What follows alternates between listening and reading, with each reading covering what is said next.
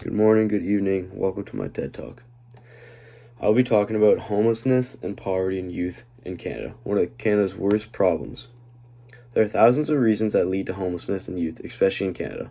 The main problem is our youth need a chance to grow up, and the future of their country should not be spend their lives early on the streets.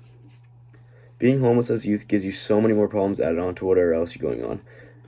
Homelessness in youth leads to more issues like drug addiction and alcohol addiction.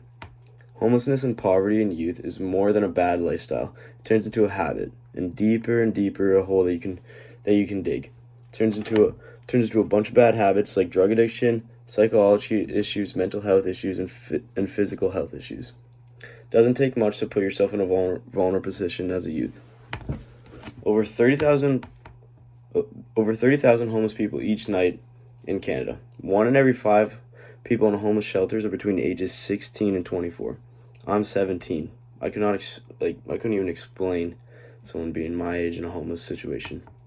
There are around 7,000 homeless youth in Canada each night. At the end of the year, homeless youth numbers in Canada could add up to 40,000. This meaning there isn't 40,000 active, but there could be 40,000 on a given day. 20% of our homeless are youth. 75% of homeless youth are unemployed. This topic is really important to me because I've seen it firsthand. I've always had a soft spot for people struggling to find a home or a stable environment. I've seen friends go through this. This is especially important to me due to the fact that I've seen several close friends in the similar situations. I've been fortunate enough to have a good childhood and never had to worry about these things. On the other side of things, my friend who I will leave anonymous, unfortunately had to face some adversity in this matter. His parents went through a divorce and his dad was unemployed. He was struggling, so he slept at my house for a few weeks. This really opened my eyes and made me realize how lucky and grateful I am. I think this topic is good for the youth to learn about, and not only for themselves as they're not in this situation, they're fortunate enough, but also everyone has a story and an issue going on. Some may be bigger than others. An article I found by Youth Employment. This article is key to gain knowledge about homelessness within our youth in Canada. We learn about what is considered youth and ages, and we also learn, this article also teaches us about what causes youth to go homeless and how the system can fail them in a lot of ways, and family structure is a big issue and what leads to homelessness in youth. Causes of youth homelessness: blood family breakdowns and separations, childhood trauma and abuse, physically or mentally, came from families with drug or alcohol abuse, must have experienced homeless shelters and have been back on the streets and haven't been able to recover. This meaning you go on the streets as a homeless man, you come back, and what do? You don't have a job, so you have to go back to the homeless shelters, and it's just a repeating cycle. Another article I found by the Homeless Hub. This article is a good way to observe how ridiculous the stats are in homeless youth in Canada. This is our future, and we need to change this. Also, all these youth that are scattered across the streets are boys and girls, 63% male and 37% female. It is common all these youth have lacked knowledge in independent living, which has caused them to be homeless for longer periods of time than expected. Given their situation that put them here, this article also serves knowledge of the next steps with these issues in Canada. 29.5% of homeless youth identify as LGBTQ2S. Possible solutions: school-based interventions, family reconnection, this meaning getting back with your family if needed, if it's a good time. Schools pushing out education about employment, supporting youth transitioning from care programs, and heavy support to the LGBTQ2S youth.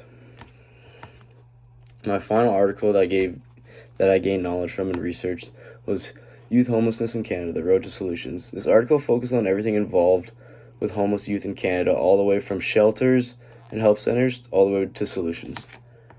The part of this source that stood out to me the most is the programs and shelters Canada is offering for the youth. The needs and values of these shelters and environments for the kids are crucial, as they are urgent for our youth in Canada.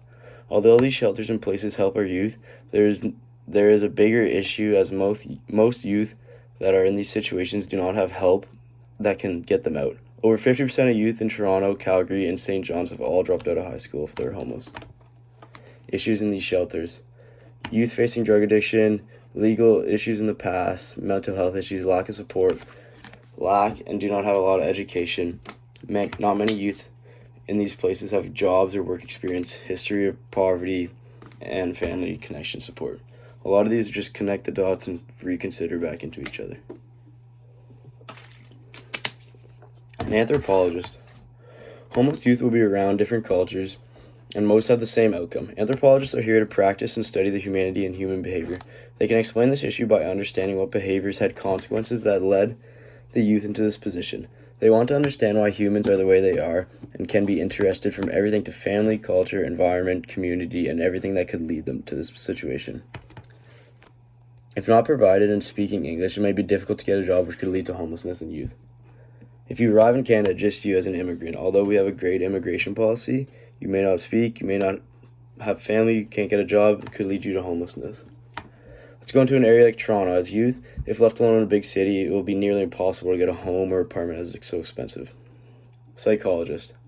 Psychologists might acquire a few things from this issue. Being on the verge of homelessness or being homeless will have many psychological effects on you. You'll find yourself in a position where you may feel worthless and get stressed out.